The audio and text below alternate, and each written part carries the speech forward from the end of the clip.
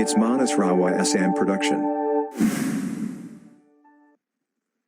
গড়জয়পুর, সেই গড়জয়পুর যখন বাবা বলেছিলেন যে আনন্দমার্গের হেডকোয়ার্টার্স প্রধান কেন্দ্র তৈরি করার জন্য তোমরা জায়গা খোঁজো, তখন সেই যুগের যারা ছিলেন বাবার ফলোয়ার্স, বাবার যে সমস্ত শিষ্যরা বহু জায়গায় গেছেন না, পছন্দ হয়েছে না পছন্দ হয়েছেন। কোনো জায়গায় জমিদাতারা এগিয়ে আসছে জমি দেওয়ার জন্য, কিন্তু সেখানকার পরিবেশ পরিস্থিতি যেন ঠিক উপযুক্ত নয়।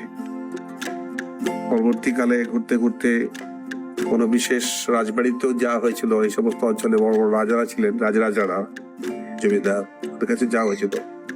কেউ দিতে চেয়েছেন, কিন্তু জায়গা ভালো নয়, জায়গাটার উপযুক্ত কোনো নেই, সাধনার জন্য উপযুক্ত নয়, প্রাকৃতিক প্রাচুর্য সেখানে নাই, দৃশ্য প্রাচুর্য। পরবর্তীকালে ঘুরতে ঘুরতে কোনো রাজারা তাদের কাছে হয়তো জমি ভালো রয়েছে, তারা দিতে রাজি হলেন না, বলেন না আমাদের গেলে পয়সা দিতে হবে।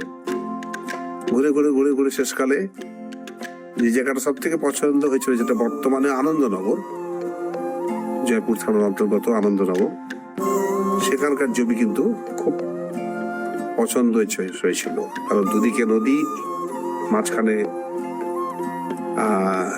স্থলভাগ, জঙ্গলাকীর্ণ, পাহাড়ে ঘেরা জঙ্গল, টাঁড় ডুংরি, এবং সেখানে গেলেই মনে হয় যেন সাধনার জন্য এক অদ্ভুত আদর্শ পীঠ। ঘুরে জানা গেল গড়জয়পুরের রাজা, তাদের নিয়ে জমি। তখন সেখান থেকে আসা হলো এখানে। তো সে সময় রঘুনন্দন সিংদেও ও তার রানীমা দুজনে ছিলেন। তো সে সময় রানীমায়ের নামে যে জমি ছিল, রাজা রঘুনন্দন তিনি কি করলেন, কি দানে এক কথা রাজি হইলেন, তিনি দান করলেন। আসলে ব্যাপারটা কি, সবকিছু আগে থেকে ঠিক হয়ে আছে, এবং জায়গাটা সত্যি বাবা খুব পছন্দ করেছিলেন। কারণ বাবা বলেছিলেন যেটা একটা প্রচুর তন্ত্রপীঠ এখানে রয়েছে। সেই জায়গা তো হলি হলো না, জায়গার যার মালিকানার তিনি যদি না দেন তাহলে কি করে হবে। তখন ঘুরে আসা হলো এই গড়জয়পুরে, পুরুলিয়া জেলার গড়জয়পুর।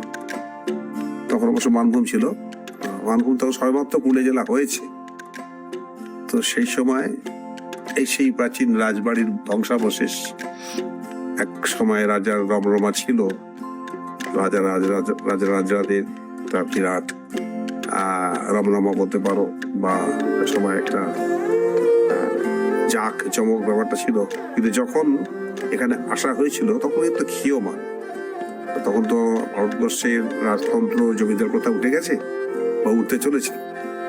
কিন্তু রাজা রঘুনন্দন এবং রানী, তারা দুজনেই কিন্তু স্বাগত জানিয়েছিলেন, এবং তারা স্বাগত জানিয়ে তারাই বললেন যে আমাদের জমি আছে, আমরা জমি দেব।